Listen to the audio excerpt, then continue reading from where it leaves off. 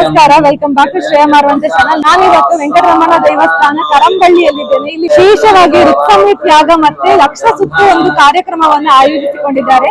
ಇಲ್ಲಿ ಋತ್ಸಮಿ ತ್ಯಾಗದ ಒಂದು ಈ ಯಾಗಶಾಲೆಯನ್ನ ಸೇರಿ ದೇವಸ್ಥಾನವನ್ನ ಸೇರಿ ಇಡೀ ದೇವಸ್ಥಾನವನ್ನ ಲಕ್ಷ ಪ್ರದಕ್ಷಿಣೆ ಅಂತಂದ್ರೆ ಸಾಮೂಹಿಕವಾಗಿ 5 ಲಕ್ಷ ಪ್ರದಕ್ಷಿಣೆ ಬರುವಂತ ಒಂದು ವಿಶೇಷವಾದ ಕಾರ್ಯಕ್ರಮ ಆಗ್ತಿದೆ.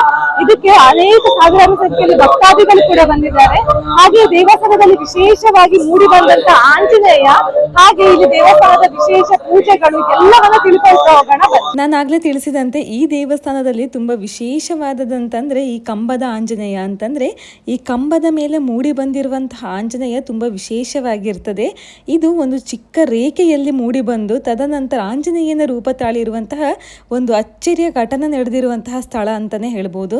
ಅಷ್ಟು ಮಾತ್ರ ಅಲ್ಲ, ಇಲ್ಲಿ ನೀವು ಕಾಣ್ತಿರುವಂತಹ ಕಂಬದ ಮೇಲಿರುವಂತಹ ಆಂಜನೇಯನಿಗೆ 2004ರಲ್ಲಿ ಒಂದು ಬೆಳ್ಳಿಯ ಮುಕುಟವನ್ನ ಮಾಡಲಾಗತ್ತೆ. ಅದನ್ನ ಇವಾಗ ಹೊತ್ತಿಸಿದಾಗ ಆಂಜನೇಯನಿಗೆ ಚಿಕ್ಕದಾಗತ್ತೆ ಅಂದ್ರೆ ನೀವು ಎಣಿಸಿ ಒಂದು ಎಷ್ಟು ಅಚ್ಚರಿಯಾದಂತಹ ವಿಷಯ ಅಲ್ವಾ. ಅಷ್ಟು ಮಾತ್ರ ಅಲ್ಲ, ಇಲ್ಲಿ ವೆಂಕಟರಮಣ ದೇವರ ದರ್ಶನವನ್ನ ಕೂಡ ಪಡೆದುಕೊಳ್ಳಿ. ವೆಂಕಟರಮಣ ದೇವರ ದರ್ಶನವನ್ನ ಪಡೆದು ಎಡಭಾಗದಲ್ಲಿ ನೀವು ಕಂಬದ ಆಂಜನೇಯವನ್ನ ಕಾಣಬಹುದು. ಹಾಗೆ ಹಿಂದುಗಡೆ ಗಣಪತಿ ಮತ್ತು ಈಶ್ವರ ದೇವರ ದರ್ಶನವನ್ನ ಕೂಡ ನೀವು ಪಡೆದುಕೊಳ್ಳಬಹುದು. ದೇವಸ್ಥಾನದಲ್ಲಿ ಇತಿಹಾಸಕ್ಕೆ ಸಂಬಂಧಪಟ್ಟಂತಹ ಕುರುಹುಗಳನ್ನ ಕಾಣಬಹುದು. ಎಷ್ಟೋ ವರ್ಷಗಳ ಹಿಂದೆ ಇಲ್ಲಿ ಗುರುಕುಲ ನಡೀತಾ ಇದ್ದದ ಕೂಡ ಈ ಒಂದು ಇತಿಹಾಸದಲ್ಲಿ ಉಲ್ಲೇಖವಾಗಿದೆ. ಅಷ್ಟು ಮಾತ್ರ ಅಲ್ಲ, ಈ ಒಂದು ಪುಣ್ಯ ಕ್ಷೇತ್ರಕ್ಕೆ ಸಾವಿರಾರು ಸಂಖ್ಯೆಯಲ್ಲಿ ಭಕ್ತಾದಿಗಳು ಕೂಡ ಬರ್ತಾರೆ. ಒಂದು ಕ್ಷಣ ಈ ದೇವಸ್ಥಾನದಲ್ಲಿ ಹೋಗಿ ಕೂತಾಗ ಮನಸ್ಸಿಗೆ ಆಗುವಂತಹ ನೆಮ್ಮದಿ ಅಪಾರ ಅಂತಾನೆ ಹೇಳ್ಬೋದು. ನೀವಿಲ್ಲಿ ಕಾಣ್ತಾ ಇರುವಂಥದ್ದು ಇತಿಹಾಸದ ಕುರುಹು ಅಂತಂದ್ರೆ ಇದು ಎಷ್ಟೋ ವರ್ಷಗಳ ಹಿಂದೆ ಸಿಕ್ಕಿರುವಂತಹ ಇತಿಹಾಸದ ಕುರುಹು ಆಗಿರುತ್ತೆ. ಇದ್ರ ಬಗ್ಗೆ ಅಲ್ಲಿ ಅರ್ಚಕರೊಬ್ರು ನಮಗೆ ಬಹಳ ಸಂಕ್ಷಿಪ್ತವಾಗಿ ವಿವರಣೆಯನ್ನು ಕೊಟ್ಟಿದ್ದಾರೆ. ಹಾಗೆ ಇಲ್ಲಿಯ ಪೂಜೆ ವಿವರವನ್ನು ಕೂಡ ಅವರು ಹೇಳ್ತಾರೆ. ಶ್ರೀ ಕ್ಷೇತ್ರದಲ್ಲಿ ನಡೆಯುವಂತಹ ಪೂಜಾ ಕೈಂಕರ್ಯಗಳು, ಹಾಗೆ ಇಲ್ಲಿ ಯಾವ ಸೇವೆಗಳಿದೆ ಅಂತ. ತಮ್ಮ ಹೆಸರು? ಶ್ರೀಪನ್ನಾಗ. ನೀವು ಎಕ್ಸ್ಪ್ಲೇನ್ ಮಾಡ್ತೀರಾ? ನಮಸ್ತೆ, ಹರೇ ಶ್ರೀನಿವಾಸ. ನಾನು ಈ ಕ್ಷೇತ್ರದಲ್ಲಿ ಪರ್ಯಾಯ ಅರ್ಚಕರಲ್ಲಿ ಒಬ್ಬನು. ಇಲ್ಲಿ ಬೆಳಿಗ್ಗೆ ಪ್ರಾತಃ ಕಾಲ ಇಲ್ಲಿ ಉಷಕಾಲ ಪೂಜೆ, ಸೂರ್ಯೋದಯದ ಮುಂಚೆ ಉಷಕಾಲ ಪೂಜೆ ಆಗುತ್ತೆ. ಬೆಳಿಗ್ಗೆ ಒಂದು 5-5:30ಗೆ ದೇವರಿಗೆ ಬಂದು ಏನು ನೈರ್ಮಾಲ್ಯ ವಿಸರ್ಜನೆ ಅಂತ ಹೇಳ್ತೇವೆ, ಉಷಕಾಲ ಪೂಜೆ. ಸೊ ಉಷಕಾಲ ಪೂಜೆ ಆದ ನಂತರ ಎಲ್ಲಾ ದೇವರಿಗೆ ಉಷಕಾಲ ಪೂಜೆ ಆದ ನಂತರ ನಡೆಯೋದು ಷೋಡಶೋಪಚಾರ ಪೂಜೆಗಳು ಇಲ್ಲಿ ನಡೆಯುತ್ತವೆ. ಸೊ ಅದಾದ ಮೇಲೆ ದೇವರಿಗೆ ಒಂದೊಂದೇ ಪೂಜೆಗಳು. ಸೂರ್ಯ ಉದಯ ಆದ ಮೇಲೆ ಮಹಾಪೂಜೆ ಮಾಡುವ ಮೊದಲು ದೇವರಿಗೆ ಅಭಿಷೇಕ, ಹಾಲು, ಪಂಚಾಮೃತ ಅಭಿಷೇಕ ಮತ್ತೆ ಕಲಶಾಭಿಷೇಕ ಮಾಡ್ತೇವೆ ನಾವು. ಕಲಶಾಭಿಷೇಕದಲ್ಲಿ ಪೂಜೆ ದೇವರಿಗೆ. ಅದಾದ್ಮೇಲೆ ಅಲಂಕಾರ ಸೇವೆ, ದೇವರಿಗೆ ಅಲಂಕಾರ ಪೂಜೆ. ಅಲಂಕಾರ ಆದ ಮೇಲೆ ದೇವರಿಗೆ ನೈವೇದ್ಯ ಸೇವೆ ಆದ್ಮೇಲೆ ಮಹಾಪೂಜೆ. ಬೆಳಿಗ್ಗೆ ಸೂರ್ಯ ಉದಯ ಆದ ನಂತರ ಮಹಾಪೂಜೆ ಆಗುತ್ತೆ. ಮಹಾಪೂಜೆ ಆದ ನಂತರ ಮತ್ತೆ ದೇವರಿಗೆ ರಾತ್ರಿ ಪೂಜೆ ಇರುತ್ತೆ. ರಾತ್ರಿ ಪೂಜೆ ಒಟ್ಟು ತ್ರಿಕಾಲ ಪೂಜೆಯಲ್ಲಿ ನಡೆಯುತ್ತೆ ದೇವರಿಗೆ. ನಾನು ಕೇಳಿರೋ ಪ್ರಕಾರ ಇಲ್ಲಿ ಆಂಜನೇಯ ಅಂದ್ರೆ ಕಂಬದಲ್ಲಿ ಕಾಣಿಸಿಕೊಂಡು ಮತ್ತೆ ಅದು ಕಾಲಕ್ರಮೇಣ ಬೆಳೀತಾ ಇರೋದಂತಹ ಆಂಜನೇಯ, ಹೌದಲ್ವಾ? ಅಲ್ಲಿ ನೀಡುವಂತಹ ವಿಶೇಷ ಪೂಜೆ ಯಾವುದು? ಅಲ್ಲಿ ನೀಡುವಂತಹ ವಿಶೇಷ ಪೂಜೆಯಲ್ಲಿ ಭಕ್ತರಿಗೆ ಯಾವುದು ಇದುವರೆಗೆ ಒಳ್ಳೆದಾಗಿದೆ ಅಂತ ತಿಳಿಸಬಹುದು? ಖಂಡಿತ. ಇಲ್ಲಿ ನಮ್ಮ ಕ್ಷೇತ್ರದಲ್ಲಿ ಕಂಬದ ಆಂಜನೇಯ ಹೇಳಿದ್ರೆ ಭಾರಿ ವಿಶೇಷ. ಇಲ್ಲಿ ಏನಂತ ಹೇಳಿದ್ರೆ, ಆ ಕಂಬದ ಆಂಜನೇಯ ಇಲ್ಲಿ ಈ ತೀರ್ಥ ಮಂಟಪದ ಮುಖಮಂಟಪದಲ್ಲಿ ಒಂದು ಕಲ್ಲಿನಲ್ಲಿತ್ತು. ಅಲ್ಲಿ ಏನಿತ್ತು ಹೇಳಿದ್ರೆ ಒಂದು ಗೆರೆ ರೂಪದಲ್ಲಿ ಅದನ್ನ ಪೇಜಾವರ ಹಿರಿಯ ಸ್ವಾಮಿಗಳು ಏನು ಹೇಳಿದ್ರೆ ಅದು ವ್ಯಾಸರಾಜರು ಪ್ರತಿಷ್ಠಾಪನೆ ಮಾಡಿರಬೇಕು ಅಂತ ಹೇಳಿ ಒಂದು ಸಣ್ಣ ಗೆರೆ ಇತ್ತು. ಆ ಗೆರೆಗೆ ಏನಾಯ್ತು, ನಮ್ದಲ್ಲಿ ಒಬ್ಬರು ಪರ್ಯಾಯ ಅರ್ಚಕರೊಬ್ಬರು ಇದ್ರು, ಗೋಪಾಲ ಭಟ್ರು ಅಂತ ಹೇಳಿ. ಅವರು ಏನು ಒಳಗೆ ದೇವರಿಗೆ ಪೂಜೆ ಮುಗಿಸಿಕೊಂಡು ಪ್ರತಿದಿನ ಪೂಜೆ ಮುಗಿಸಿಕೊಂಡು ಬಂದು ಅದಕ್ಕೆ ತೀರ್ಥ ಮತ್ತೆ ಗಂಧ ಹಚ್ತಾ ಇದ್ರು. ಸೊ ಅದೇನಾಯ್ತು, ದಿನ ಹೋದಾಗಿ ಆ ಗೆರೆ ಏನಿತ್ತು, ಸಣ್ಣ ಗೆರೆ ಇದ್ದದ್ದು, ಗೆರೆ ಬೆಳೀತಾ ನಮಗೆ ಮುಖ್ಯ ಪ್ರಾಣನ ರೂಪ ಬರ್ಲಿಕ್ಕೆ ಶುರು ಆಯ್ತು. ಆ ಮುಖ್ಯ ಪ್ರಾಣ ಹೇಗಿದ್ದಾನೆ ಹೇಳಿದ್ರೆ, ಆ ಮುಖ್ಯ ಪ್ರಾಣನಲ್ಲಿ ಬಾಲದಲ್ಲಿ ಗಂಟೆ ಇದೆ ಮತ್ತು ಕೋರೆ ದಾಡೆ. ಸೊ ಅದನ್ನು ನೋಡಿದವರು ಪೇಜಾವರ ಹಿರಿಯ ಶ್ರೀಗಳು, ಈಗ ವಿಶ್ವೇಶ ತೀರ್ಥ ಶ್ರೀಪಾದರ, ಅದನ್ನು ನೋಡಿ ಇದನ್ನ ವ್ಯಾಸರಾಜರು ಪ್ರತಿಷ್ಠಾಪನೆ ಮಾಡಿರ್ಬೇಕು, ಅವರು ಇದು ಯಂತ್ರೋದ್ಧಾರಕ ಹನುಮ ಹಂಪಿಯಲ್ಲಿದ್ದಾನಲ್ಲ ಹಾಗೆ ಅವರು ಮಾಡಿರ್ಬೇಕು ಇದನ್ನು. ಮತ್ತೆ ಇಲ್ಲಿ ದೇವರಿಗೆ ನಡೆಯುವಂತ ವಿಶೇಷ ಸೇವೆ ಹೇಳಿದ್ರೆ ದೀಪಾರಾಧನೆ ಸಹಿತ ರಂಗಪೂಜೆ ಸೇವೆ. ಅದನ್ನು ಎಲ್ಲ ಭಕ್ತಾದಿಗಳಿಗೆ ಇಲ್ಲಿ ನಾವು ಇದು ಪ್ರತಿ ಶನಿವಾರ ಏಕಾದಶಿ ಬಿಟ್ಟು ಮತ್ತೆ ಎಲ್ಲಾ ಶನಿವಾರ ಇಲ್ಲಿ ದೇವರಿಗೆ ನಡೆಯುತ್ತೆ ದೀಪಾರಾಧನೆ ಸಹಿತ ರಂಗಪೂಜೆ. ಅದನ್ನು ಮಾಡಿ ದೇವರಿಗೆ ಈಗ ನೀವು ಏನೇ ಆದ್ರೂ, ಈಗ ಏನೇ ನಿಮ್ಮ ಕೆಲಸಗಳಾಗಬೇಕಿದ್ರು ಇಲ್ಲಿ ಬಂದು ಹರಕೆ ಹೊತ್ತುಕೊಂಡು ಹೋಗಿ ನನ್ನ ಕೆಲಸ ಆದ ಮೇಲೆ ದೀಪಾರಾಧನೆ ಸಹಿತ ರಂಗಪೂಜೆ ಕೊಡ್ತೇನೆ ಹೇಳಿದ್ರೆ ನಿಮ್ಮ ಕೆಲಸ 100% ನೆರವೇರುತ್ತೆ. ಇಲ್ಲಿಯ ಸೇವಾ ವಿವರವನ್ನ ಸಂಕ್ಷಿಪ್ತವಾಗಿ ತಿಳಿಸ್ಕೊಟ್ಟಂತ ನಿಮ್ಗೆ ಧನ್ಯವಾದಗಳು. ಇದ್ರಲ್ವಾ ಇದು ಈ ದೇವಸ್ಥಾನದ ಒಂದು ಚಿಕ್ಕ ಪರಿಚಯ, ಹಾಗೆ ಇಲ್ಲಿಯ ಪೂಜಾ ವಿವರವಾಗಿರುತ್ತದೆ. ಇಂಥ ಅಚ್ಚರಿಯ ವಿಷಯವನ್ನ ಹೊಂದಿರುವಂತಹ ಈ ದೇವಸ್ಥಾನದಲ್ಲಿ, ಐತಿಹಾಸಿಕ ಕುರುವನ್ನ ಹೊಂದಿರುವಂತಹ ಈ ಸನ್ನಿಧಿಯಲ್ಲಿ ಇದೇ 2026 ಏಪ್ರಿಲ್ 3ರಿಂದ 11ರ ತನಕ ಋತ್ಸಂಹಿತ ಯಾಗ ಮತ್ತು ಶ್ರೀಮದ್ ಭಾಗವತ ಸಪ್ತಾಹವನ್ನ ಕೂಡ ಇವರು ಕೈಗೊಂಡಿದ್ದಾರೆ. ಅಷ್ಟು ಮಾತ್ರ ಅಲ್ಲ, ಇಲ್ಲಿ ವಿಶೇಷವಾಗಿ ಈ ದೇವಸ್ಥಾನಕ್ಕೆ ಮತ್ತೆ ಋತ್ಸಂಹಿತ ಯಾಗ ನಡೆಯುವಂತಹ ಯಜ್ಞಕುಂಡ ಸಹಿತವಾಗಿ ಈ ದೇವಸ್ಥಾನವನ್ನ ಸಾಮೂಹಿಕವಾಗಿ ಅಂತಂದ್ರೆ 5 ಲಕ್ಷ ಪ್ರದಕ್ಷಿಣಾ ನಮಸ್ಕಾರ ಬರುವಂತಹ ಒಂದು ವಿಶೇಷವಾದ ಕಾರ್ಯಕ್ರಮ ಕೂಡ ಇದೆ. ಅದಕ್ಕೆ ಊರಿನ ಪರ ಊರಿನ ಎಲ್ಲ ಜನರು ಬಂದು ಈ ಒಂದು ಕಾರ್ಯಕ್ರಮವನ್ನು ನಡೆಸ್ಕೊಡ್ತಿದ್ದಾರೆ. ಅಷ್ಟು ಮಾತ್ರ ಅಲ್ಲ, ನಮ್ಮ ಉಡುಪಿಯ ಪೇಜಾವರ ಶ್ರೀಗಳಾಗಿರುವಂತಹ ವಿಶ್ವಪ್ರಸನ್ನ ತೀರ್ಥ ಸ್ವಾಮೀಜಿಯವರು ಕೂಡ ಈ ಒಂದು ಪುಣ್ಯ ಕಾರ್ಯದಲ್ಲಿ ತಮ್ಮನ್ನು ತಾವು ತೊಡಗಿಸಿಕೊಂಡು ಭಕ್ತಾದಿಗಳಿಗೆ ಕೂಡ ಇಲ್ಲಿ ಬಂದು ಲಕ್ಷ ಪ್ರದಕ್ಷಿಣೆಯಲ್ಲಿ ಪಾಲ್ಗೊಳ್ಳುವಂತಹ ಒಂದು ಸಂದೇಶವನ್ನು ಕೂಡ ಇಲ್ಲಿ ನೀಡಿದ್ದಾರೆ. ಒಂದು ಪುಣ್ಯ ಕಾರ್ಯವು ಬೆಳಿಗ್ಗೆ 5:30ಯಿಂದ ರಾತ್ರಿವರೆಗೆ ಇದು ನಡೀತಾ ಇರ್ತದೆ. ಇದಕ್ಕೆ ವಯಸ್ಸಿನ ಮಿತಿ ಇಲ್ಲದೆ ಊರಿನಿಂದ ಪರ ಊರಿನಿಂದ ಅನೇಕ ಸಂಖ್ಯೆಯಲ್ಲಿ ಭಕ್ತಾದಿಗಳು ಕೂಡ ಬರ್ತಾ ಇದ್ದಾರೆ. ಯಾರು ಇಲ್ಲಿ ಪ್ರದಕ್ಷಿಣೆಯನ್ನ ಹಾಕ್ಲಿಕ್ಕೆ ಇಷ್ಟಪಡ್ತಾರೋ ಅವರು ಒಂದು ತಟ್ಟೆಯಲ್ಲಿ ಹೂ ಮತ್ತೆ ಮಂತ್ರಾಕ್ಷತೆಯನ್ನ ದೇವಸ್ಥಾನದವರೇ ಕೊಡ್ತಾರೆ. ಅದನ್ನ ಹಿಡಿದುಕೊಂಡು ಮನಸ್ಸಿನಲ್ಲಿ ರಾಮನಾಮ ಜಪವನ್ನ ಮಾಡ್ತಾ ತಮ್ಮಲ್ಲಿ ಎಷ್ಟಾಗ್ತದೆ ಅಷ್ಟು ದೇವಸ್ಥಾನವನ್ನ ಹಾಗೆ ಋತ್ಸಂಹಿತ ಯಾಗ ನಡೆಯುವಂತಹ ಯಾಗಶಾಲೆಯನ್ನ ಸೇರಿಸಿ ದೇವಸ್ಥಾನವನ್ನ ಪ್ರದಕ್ಷಿಣೆ ಹಾಕಬೇಕು. ತದನಂತರ ಪ್ರದಕ್ಷಿಣೆ ಹಾಕಿದ ಮೇಲೆ ತಾವೆಷ್ಟು ಪ್ರದಕ್ಷಿಣೆ ಹಾಕಿದ್ದೇವೆ ಅಂತ ಹೇಳಿ ಕೌಂಟರ್ ಅಲ್ಲಿ ಕೂಡ ತಿಳಿಸ್ಕೊಡ್ಬೇಕಾಗತ್ತೆ. ಅಲ್ಲಿ ಎಷ್ಟು ಸಂಖ್ಯೆಯಲ್ಲಿ ಪ್ರದಕ್ಷಿಣೆ ಆಗಿದೆ ಅಂತ ಹೇಳಿ ಇದನ್ನ ಲೆಕ್ಕ ಕೂಡ ಮಾಡಲಾಗತ್ತೆ. ಹಾಗೆ ಇಲ್ಲಿ ನಮ್ಮ ಶ್ರೀಗಳಾಗಿರುವಂತಹ ವಿಶ್ವಪ್ರಸನ್ನ ತೀರ್ಥರವರು ಇದರ ಬಗ್ಗೆ ಒಂದು ಸ್ವಲ್ಪ ಸಂದೇಶವನ್ನ ನಮಗೆ ತಿಳಿಸ್ಕೊಟ್ಟಿದ್ದಾರೆ. ಹಾಗೆ ಅವರ ಅನುಭವವನ್ನ ಕೂಡ ನಮ್ಮ ಜೊತೆ ಹೇಳ್ಕೊಂಡಿದ್ದಾರೆ. ಹಾಗೆ ಇದು ನಿಮಗೆಲ್ಲರಿಗೂ ಸ್ಫೂರ್ತಿ ಆಗ್ಲಿ, ಈ ಒಂದು ಮಾತುಗಳನ್ನ ಕೂಡ ಕೇಳ್ಕೊಂಡು ಬರೋಣ ಬನ್ನಿ. ಇವಾಗ ನೀವು ಸಹ ಸುತ್ತ ಹಾಕಿದ್ದೀರಾ, ರಾಮನಾಮ ಜಪವನ್ನು ನೀವು ಹೇಳಿದೀರಾ. ಹಾಗೆ ಭಕ್ತರಿಗೆ ನೀವು ಏನ್ ಹೇಳ್ಲಿಕ್ಕೆ ಇಷ್ಟಪಡ್ತೀರಾ? ತಮಗೆ ಹೇಗೆ ಅನುಭವ ಆಯ್ತು ಅಂತ ಸ್ವಲ್ಪ ಹೇಳ್ಬೋದು? ಪ್ರತಿಯೊಬ್ಬರು ಕೂಡ ಮತ್ತೊಬ್ಬರ ಅನುಭವದಿಂದ ತಾವು ಪ್ರಭಾವಿತರಾಗಬೇಕಾಗಿಲ್ಲ. ಎಲ್ಲರೂ ಇಲ್ಲಿ ಬಂದು ತಾವು ಆ ಅನುಭವವನ್ನು ಪಡ್ಕೊಳ್ಳಬೇಕು. ಆ ಮೂಲಕ ಯಾರದ್ದೋ ಅನುಭವಗಳನ್ನು ನಾವು ಮತ್ತೊಬ್ಬರು ಅನುಭವಿಸಲು ಬರಲ್ಲ. ಒಂದು ಮಾರಣ ಹಣ್ಣು ಎಷ್ಟು ಸಿಹಿ ಇದೆ ಅಂತ ಹೇಳಿಕೊಂಡು ಅವರವರೇ ಅನುಭವಿಸಬೇಕು ಹೊರತಾಗಿ ಮತ್ತೊಬ್ಬರ ನಾವು ವಿವರಣೆಯನ್ನು ಕೇಳ್ತೇವೆ ಎಂದು ಹೇಳಿದ್ರೆ ಅದರ ಬಗ್ಗೆ ಗೊತ್ತಾಗುವುದಿಲ್ಲ. ನಮಗೆ ಒಳ್ಳೆಯ ಅನುಭವ ಬಂದಿದೆ.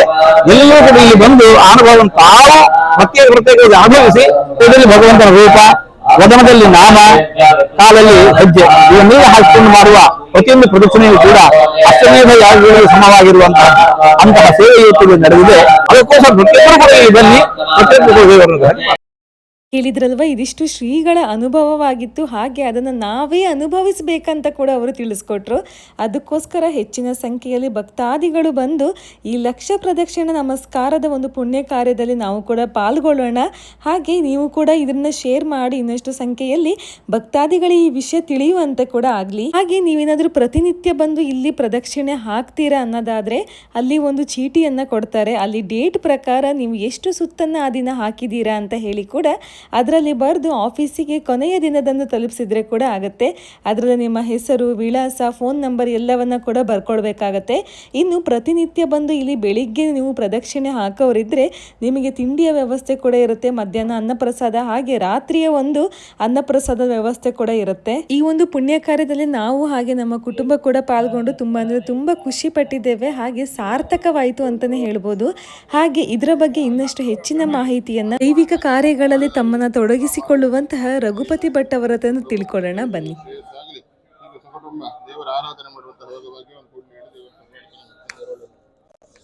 ವೆಂಕಟರಮಣ ದೇವಸ್ಥಾನದ ಆಡಳಿತ ಮುಖ್ಯಸ್ಥರಾಗಿರುವಂತಹ ರಘುಪತಿ ಭಟ್ ಅವರು ಈ ದೇವಸ್ಥಾನದಲ್ಲಿ ನಡೆಯುವಂತಹ ಒಂದು ವಿಶೇಷ ಕಾರ್ಯಕ್ರಮ ಇದು. ನಾನು ನನ್ನ ಜೀವನದಲ್ಲಿ ಎಲ್ಲೂ ಕೇಳಿದ್ದಿಲ್ಲ, ಹಾಗೆ ನೋಡಿದ್ದು ಸಹ ಇಲ್ಲ. ಅಂತ ವಿಶೇಷವಾದ ಕಾರ್ಯಕ್ರಮವನ್ನ ಇವರು ಆಯೋಜಿಸಿದ್ದಾರೆ. ಹಾಗೆ ಅನೇಕ ಸಾವಿರಾರು ಸಂಖ್ಯೆಯಲ್ಲಿ ಭಕ್ತಾದಿಗಳ ನಿರೀಕ್ಷೆಯಲ್ಲಿದ್ದೇವೆ. ಅದರ ಬಗ್ಗೆ ನಮಗೆ ಒಂದು ಸಂಕ್ಷಿಪ್ತವಾಗಿ ವಿವರಣೆಯನ್ನು ಕೊಡ್ಬೇಕು ಹೇಳಿ ತಮ್ಮಲ್ಲಿ ಒಂದು ವಿನಂತಿ. ಋತ್ಸಂಹಿತ ಯಾಗ ವೇದಗಳಲ್ಲಿ ಋಗ್ವೇದದ 10,500 ಚಿಲ್ಲರೆಯಷ್ಟು ಆ ಮಂತ್ರಗಳಲ್ಲಿ ಆಗುವಂತ ಒಂದು ಹೋಮ, 8 ದಿವಸದ ಒಂದು ಹೋಮ. ಇದು ನಮ್ದು 3ನೇ ತಾರೀಕಿಗೆ ಸ್ಟಾರ್ಟ್ ಆಗಿದೆ, ನಾಡ್ದು 11ನೇ ತಾರೀಕುವರೆಗಿದೆ.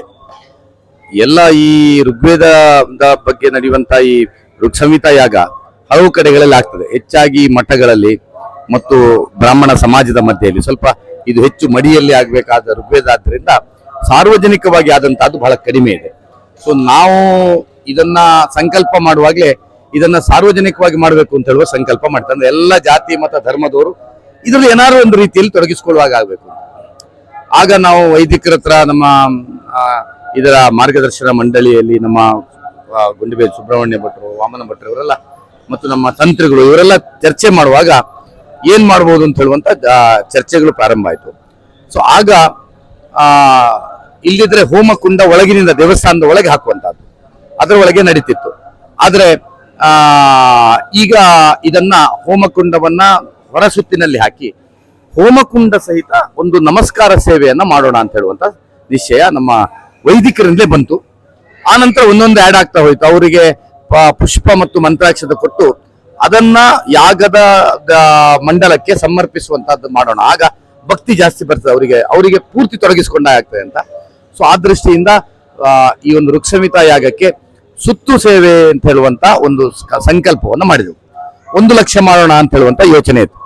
1 ಲಕ್ಷ ಸಂಖ್ಯೆ ಕಡಿಮೆ ಆಗ್ಬೋದು. ಈಗ ನೋಡಿ, ಈಗಲೇ ನಮ್ಮ ಹತ್ರ 50,000 ಮೇಲಾಗಿ ಆಗಿದೆ ನಿನ್ನೆಯಲ್ಲಿ. ಈಗ ಕಡಿಮೆ ಆಗ್ಬೋದು. 5 ಲಕ್ಷ ಸಂಕಲ್ಪ ಇಡೋಣ, ಮತ್ತೆ ಕಡಿಮೆ ಆದ್ರೆ ಊರ್ನೂರು ಸಂಕಲ್ಪ ಮಾಡುವ, ಮುಂದುವರ್ಸ. 5 ಲಕ್ಷ ಅಂತೂ ಮಾಡುದು 11ನೇ ತಾರೀಕೊಳಗೆ ಗ್ರಾಮಸ್ಥ ಊರಿನವರೆಲ್ಲ ಹೊರಗಿನವರೆಲ್ಲ ಸೇರ್ಕೊಂಡು ಮಾಡ್ಲಿಕ್ಕೆ ಆಗ್ತಿದ್ರೆ ಅದನ್ನ ಗ್ರಾಮಸ್ಥರು ಮುಂದುವರಿಸು ಅಂತ ಹೇಳುವ ಯೋಚನೆ ಮಾಡಿ 5 ಲಕ್ಷ ಸುತ್ತು ಸೇವೆ ಅಂತ ಹೇಳುವಂತದ್ದು ಮಾಡಿದ್ರು. ಇವತ್ತು ಅದು ವ್ಯಾಪಕ ಪ್ರಚಾರ ಆಗಿ ಬೇರೆ ಬೇರೆ ಕಡೆಗಳಿಂದ, ಮಂಗಳೂರಿಂದ, ಇವತ್ತು ಕುಂದಾಪುರದಿಂದ, ಬೇರೆ ಬೇರೆ ಕಡೆಗಳಿಂದ ಜನ ಬಂದು ಸುತ್ತು ಸೇವೆಯನ್ನ ಮಾಡ್ತಾ ಇದೆ. ಯಾಕಂದ್ರೆ ಋಕ್ಷಮಿತಾ ಯಾಗದಲ್ಲಿ ಪ್ರತಿಯೊಬ್ಬನಿಗೂ ನೋಡಿ, ಅವನಿಗೆ ಒಂದು ಹಾಳೆ ತಟ್ಟೆ ಹಿಡ್ಕೊಂಡು ಅದರಲ್ಲಿ ಮಂತ್ರಾಕ್ಷತೆ ಮತ್ತೆ ಹೂ ಹಾಕಿ ಕೊಡ್ತೇವೆ. ಅದನ್ನ ನಾವು ಸುತ್ತು ಬಂದು ಅಲ್ಲಿ ಅರ್ಪಣೆ ಮಾಡಿದ್ರೆ ಅದನ್ನ ನಮ್ಮ ಅರ್ಚಕರು, ನಮ್ಮ ಪುರೋಹಿತರು ಅದನ್ನ ಮಂಡಲಕ್ಕೆ ಅರ್ಪಿಸ್ತಾರೆ ಹೋಮದ ಒಳಗೆ. ಸೊ ಅವರು ಭಕ್ತಿಯಿಂದ ಶ್ರೀರಾಮ್ ಜಯರಾಮ್ ಜಯ ಜಯರಾಮ್ ಹೇಳಬೇಕು ಅಂತ ಹೇಳುವಂತಹದ್ದು ಮಾಡಿದ್ದು. ಅದನ್ನ ಮಾಡಿದಂತ ಅದನ್ನ ಹೋಮಕ್ಕೆ ಅರ್ಪಣೆ ಆಗುವಂತ ಒಂದು ಅವಕಾಶಗಳು ಇದೆ. ಮತ್ತು ಇನ್ನು ತುಪ್ಪ, ಇದಕ್ಕೆ ಬೇಕಾಗುವಂತಹದ್ದು ಶುದ್ಧ ದೇಶೀಯ ತುಪ್ಪ. ನಿಮ್ಗೆ ಹಾಲಿಸ್ಟೀನ್ ಜರ್ಸಿ ತುಪ್ಪ ಆಗುದಿಲ್ಲ, ಇದಕ್ಕೆ ದೇಶೀಯ ತುಪ್ಪ ಆಗಬೇಕು. ನಾವಿದನ್ನ ಸಕಲೇಶ್ವರದಲ್ಲಿ ನಮ್ಮ HS ಶೆಟ್ರು ಅಂತ ಅವರ ಒಂದು ಗೀರ್ನ ಅವರದ್ದು ದೊಡ್ಡ ಗೋಶಾಲೆ ಇದೆ, ಅಲ್ಲಿಂದ ನಾವು ಶುದ್ಧ ದೇಶೀಯ ಗೋವಿನ ಒಂದು ತುಪ್ಪವನ್ನ ತಂದಿದ್ದೇವೆ. ಇವತ್ತು ಇಲ್ಲಿ ಯಾರಿಗಾದ್ರೂ ತುಪ್ಪ ಹಿಡ್ಕೊಂಡು, ಯಾಕಂದ್ರೆ ಇದಕ್ಕೆ ಅರ್ಪಣೆ ತುಪ್ಪ, ಬೇರೇನು ಸಮಿದೆ ಎಲ್ಲ ಇಲ್ಲ, ತುಪ್ಪ ಹಿಡ್ಕೊಂಡು ಸುತ್ತು ಬಂದು ಅದನ್ನ ಯಜ್ಞಕ್ಕೆ ಸಮರ್ಪಿಸಬೇಕಾದ್ರೆ ಅದಕ್ಕೂ ಅವಕಾಶ ಇದೆ. 1 ಲೀಟರ್ ಅಷ್ಟು ತುಪ್ಪವನ್ನ ಮಾಡಿದ್ರೆ 2,000 ರೂಪಾಯಿ ನಾವು ಚಾರ್ಜ್ ಮಾಡಿದ್ದೇವೆ. ಅರ್ಧ ಲೀಟರ್ ಅನ್ನ ಹಿಡ್ಕೊಂಡು ಸುತ್ತು ಬಂದ್ರೆ 1,000 ಹಿಡ್ಕೊಂಡು ಬರ್ಬೋದು. ಇವ್ರು ಎಷ್ಟೇ ಸುತ್ತನ್ನ ಆ ತುಪ್ಪವನ್ನು ಹಿಡ್ಕೊಂಡು ಬಂದು ಅಲ್ಲಿ ಯಾಗಕ್ಕೆ ಅರ್ಪಿಸ್ಲಿಕ್ಕೆ ಒಂದು ಜಾಗವನ್ನ ಮಾಡಿದ್ದೇವೆ. ಅವರಿಗೊಂದು ಪ್ರಸಾದವನ್ನು ಕೊಡ್ತೇವೆ, ಅವರಲ್ಲಿ ನೇರವಾಗಿ ಅರ್ಪಿಸಬಹುದು. ಅದನ್ನ ನಮ್ಮ ಪುರೋಹಿತರು ಆಮೇಲೆ ಅವರು ಅರ್ಪಿಸಿದಂತ, ಈಗ ನಮಗೆ ನಮ್ಮ ದೇವಸ್ಥಾನದಿಂದ ತುಪ್ಪ ತೆಗಿಲಿಕ್ಕೆ ಅವಕಾಶ ಸಿಕ್ಲಿಲ್ಲ, ಭಕ್ತರೇ ಅಷ್ಟು ಕೊಡ್ತಾ ಇದ್ದಾರೆ, ಅದೇ ಜಾಸ್ತಿ ಆಗ್ತಾ ಇದೆ. ಸೊ ಅವರು ಸಮರ್ಪಿಸಿದ ತುಪ್ಪನ್ನ ಪುರೋಹಿತರು ಹೋಮಕ್ಕೆ ಅರ್ಪಿಸುವಂತ ಕೆಲಸಗಳು ಆಗ್ತಾ ಇದೆ. ನೋಡಿ, ಇಲ್ಲಿ ಹೊರಗಿನಿಂದ ಒಂದು ಯಾಗ ಆಗ್ತಾ ಇದ್ರೆ ಒಳಗಿನಿಂದ ತೀರ್ಥ ಮಂಟಪದಲ್ಲಿ ದಿನನಿತ್ಯದ ಒಂದು ಬೇರೆ ಬೇರೆ ಋಗ್ವೇದದ ಬಗ್ಗೆ ಯಾಗ ಆಗಿ ಆ ಯಾಗದ ಕಲಶ ಡೈಲಿ ದೇವರಿಗೆ ಅಭಿಷೇಕ ಆಗ್ತದೆ.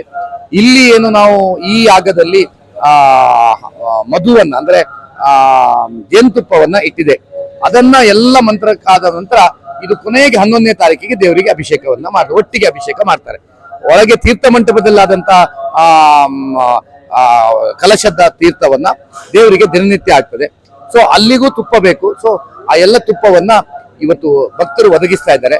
ಯಾರಿಗೆ ಹಣ ಕೊಡ್ಲಿಕ್ಕಿಲ್ಲ ಅಂತ ಹೇಳಿದ್ರೆ ಅವನಿಗೆ ಮಂತ್ರಾಕ್ಷತೆ ಮತ್ತು ಹೂವನ್ನ ನಾವೇ ಒದಗಿಸ್ತೇವೆ.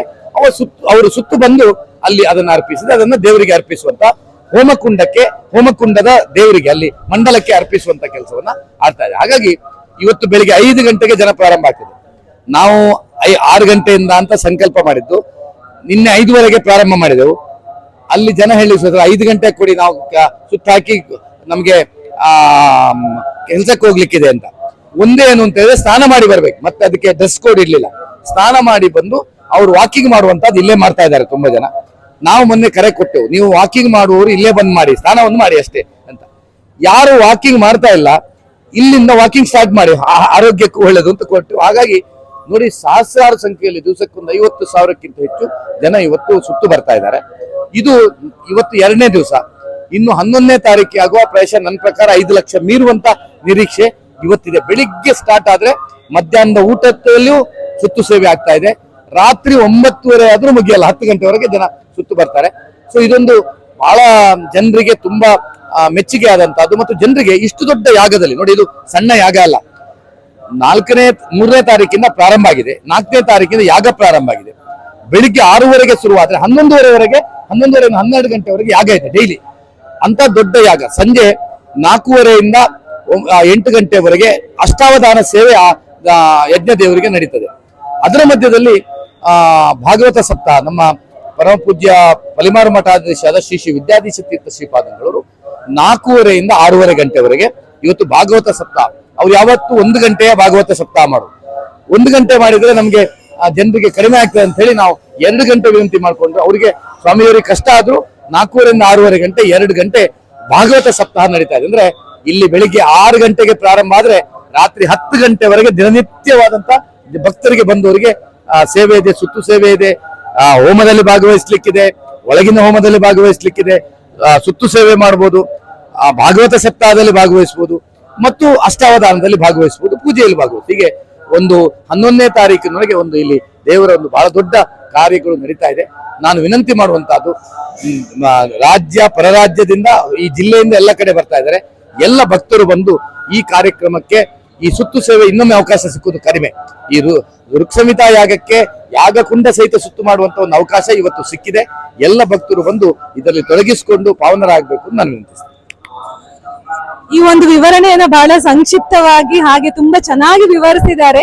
ಇಂತಹ ಧಾರ್ಮಿಕ ಒಂದು ಇನ್ನೂ ಹೆಚ್ಚು ನಿಮ್ಮ ಹತ್ರ ಒಂದು ದೇವರು ಮಾಡಿಸ್ಲಿ ಅಂತ ನಾನು ಪ್ರಾರ್ಥನೆ ಮಾಡಿದೆ. ಅದರಲ್ಲಿ ನಾವು ಕೂಡ ಪಾಲ್ಗೊಳ್ಳುವಾಗ ಆಗ್ಲಿ. ಶ್ರೀ ವೆಂಕಟರಮಣ ದೇವಸ್ಥಾನದ ಇತಿಹಾಸ ಮತ್ತು ಇಲ್ಲಿ ವಿಶೇಷವಾಗಿ ನಡೆದಂತಹ ಋತ್ಸಂಹಿತ ಯಾಗ ಮತ್ತೆ ಲಕ್ಷ ಸುತ್ತಿದ್ದು ಒಂದು ಕಂಪ್ಲೀಟ್ ಇನ್ಫಾರ್ಮೇಶನ್ ನಾನು ನಿಮ್ಗೆ ಕೊಟ್ಟಿದ್ದೇನೆ. ಈ ವಿಡಿಯೋನ ಆದಷ್ಟು ಶೇರ್ ಮಾಡಿ, ಇನ್ನಷ್ಟು ಹೆಚ್ಚು ಭಕ್ತಾದಿಗಳು ಈ ದೇವಸ್ಥಾನಕ್ಕೆ ಬರುವಂತಾಗ್ಲಿ. ಈ ವಿಡಿಯೋ ಏನಾದ್ರೂ ಇಷ್ಟ ಆದ್ರೆ ನನ್ನ ಚಾನಲ್ ನ ಸಬ್ಸ್ಕ್ರೈಬ್ ಮಾಡಿ, ಆದಷ್ಟು ಲೈಕ್ ಮಾಡಿ, ಹಾಗೆ ಶೇರ್ ಮಾಡಿ. ಇಂತಹ ಧಾರ್ಮಿಕ ಸ್ಥಳಗಳು ನಿಮ್ಗೆ ಗೊತ್ತಿದ್ರೆ ಕಮೆಂಟ್ ಮಾಡಿ. Thank you.